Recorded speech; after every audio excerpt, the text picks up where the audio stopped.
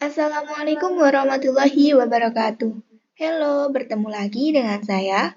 Dalam video kali ini kita akan membahas mengenai pendekatan, strategi, metode, dan teknik pembelajaran IPS, MI atau SD. Sebelumnya, perkenalkan nama saya Wahyu Irawati dengan NIM 126205211077 dari kelas PGMI 5D.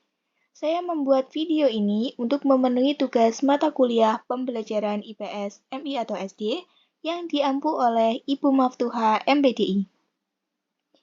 Baik, langsung saja kita menuju ke materi. Yang pertama yaitu pengertian pendekatan pembelajaran.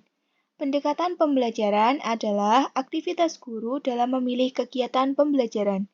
Dilihat dari pendekatannya, pembelajaran terdapat dua jenis pendekatan, yaitu pendekatan pembelajaran yang berpusat pada siswa dan pendekatan pembelajaran yang berpusat pada guru. Selanjutnya yaitu pengertian dari strategi pembelajaran. Strategi pembelajaran adalah suatu kegiatan pembelajaran yang harus dikerjakan guru dan siswa agar tujuan pembelajaran dapat dicapai secara efektif dan efisien. Selanjutnya yaitu pengertian metode pembelajaran. Metode pembelajaran adalah suatu ilmu yang membicarakan bagaimana cara atau teknik menyajikan bahan pelajaran terhadap siswa agar tercapai tujuan yang telah ditetapkan secara efektif dan efisien. Selanjutnya yaitu pengertian teknik pembelajaran. Teknik pembelajaran mengacu pada ragam khas penerapan suatu metode sesuai dengan latar penerapan tertentu, seperti kemampuan dan kebiasaan buruk, ketersediaan peralatan kesiapan siswa, dan lain-lain. Materi yang selanjutnya yaitu macam-macam pendekatan pembelajaran IPS, MI atau SD. Yang pertama yaitu pendekatan konsep. Pendekatan ini bergantung pada apa yang diajarkan guru berupa bahan atau isi pelajaran dan lebih bersifat kognitif. Yang kedua yaitu pendekatan keterampilan proses. Pendekatan keterampilan proses menekankan pentingnya kebermaknaan belajar untuk mencapai hasil yang memadai.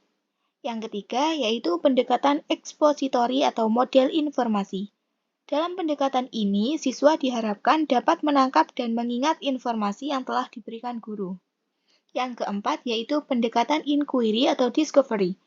Pendekatan ini merupakan pendekatan mengajar yang berusaha meletakkan dasar dan mengembangkan cara berpikir ilmiah. Yang kelima yaitu pendekatan interaksi sosial. Pendekatan ini menekankan terbentuknya hubungan antar individu atau siswa yang satu dengan siswa yang lainnya. Yang keenam yaitu pendekatan tingkah laku atau behavioral models. Aspek penting dari pendekatan ini adalah melatih siswa dan memperkuat respon siswa yang paling tepat terhadap stimulus. Yang ketujuh yaitu pendekatan konstruktivisme. Peserta didik mengembangkan apa yang mereka ketahui melalui proses penyelarasan gagasan-gagasan baru dengan gagasan-gagasan yang telah dipelajari pada pengalaman sebelumnya. Yang kedelapan yaitu pendekatan kontekstual, teaching and learning atau CTL.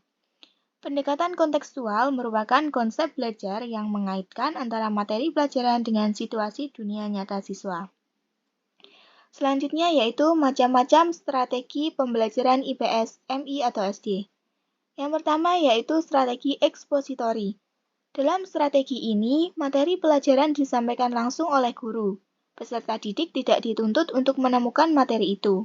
Materi pelajaran seakan-akan sudah jadi, karena strategi ekspositori lebih menekankan pada proses bertutur. Yang kedua yaitu strategi pembelajaran berbasis masalah.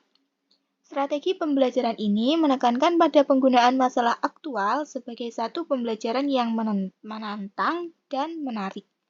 Yang ketiga yaitu strategi pembelajaran kontekstual. Dalam pembelajaran ini, pendidik membantu dan mengarahkan materi pembelajaran kepada situasi dunia nyata peserta didik. Selain itu, keterkaitan antara yang dipelajari dengan realitas dunia nyata harus mampu dihubungkan dan mampu menerapkan pengetahuan yang mereka miliki dalam kehidupan mereka. Yang keempat yaitu strategi pembelajaran inquiry. Strategi pembelajaran inquiry merupakan rangkaian kegiatan pembelajaran yang menekankan pada proses berpikir kritis dan analitis untuk mencari dan menemukan sendiri jawaban dari suatu masalah yang dipertanyakan. Yang kelima yaitu strategi pembelajaran peningkatan kemampuan berpikir.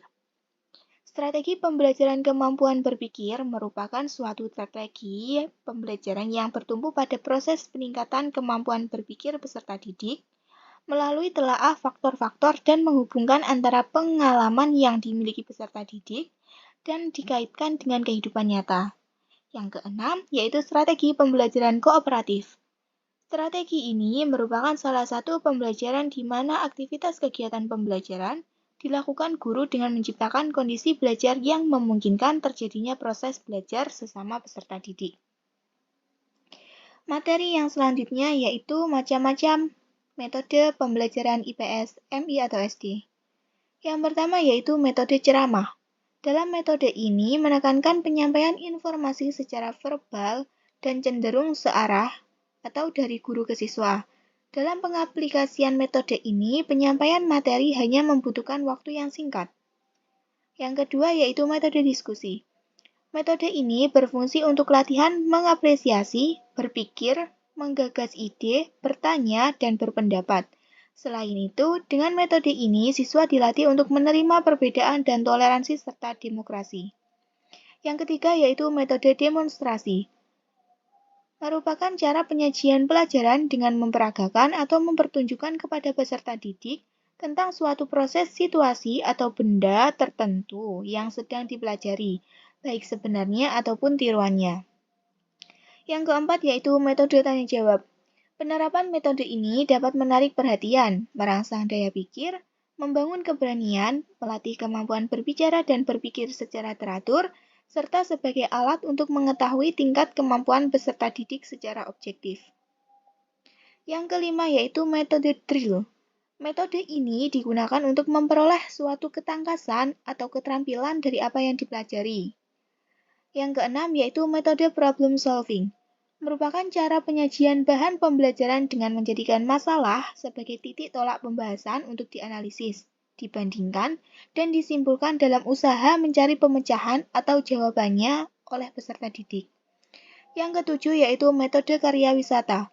Metode ini biasa disebut juga dengan metode widya wisata dan study tour.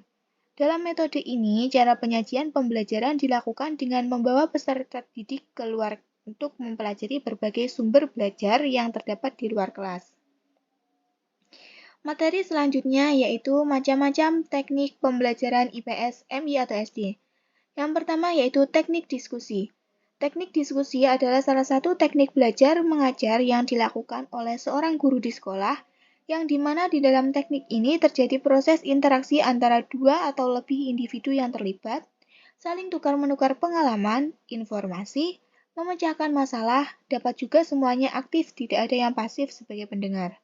Yang kedua yaitu teknik kerja kelompok. Teknik kerja kelompok adalah suatu cara mengajar di mana siswa di dalam kelas dipandang sebagai suatu kelompok atau dibagi menjadi beberapa kelompok. Mereka bekerja bersama dalam memecahkan masalah atau melaksanakan tugas tertentu dan berusaha mencapai tujuan pengajaran yang telah ditentukan oleh guru.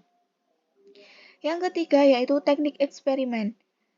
Menekankan cara penyajian pembelajaran dengan cara menugaskan siswa untuk melakukan percobaan dengan mengalami dan membuktikan sendiri tentang sesuatu yang dipelajari. Yang keempat yaitu teknik pemberian tugas atau resitasi. Resitasi merangsang anak untuk aktif belajar baik secara individu ataupun kelompok. Yang kelima yaitu teknik simulasi. Simulasi dapat digunakan sebagai teknik pembelajaran dengan asumsi tidak semua proses pembelajaran dapat dilakukan pada objek yang sebenarnya. Nah, sudah selesai ya materi pada pembahasan kali ini. Sebelum menutup video ini, izinkan saya berpantun terlebih dahulu. Makan jajan berbahan ketela muda dibeli oleh Rahma. Sampai jumpa di video selanjutnya. Semoga materi ini bermanfaat bagi kita semua. Terima kasih atas perhatiannya. Semoga kita bisa bertemu lagi dalam video selanjutnya. Bye-bye and see you. Wassalamualaikum warahmatullahi wabarakatuh.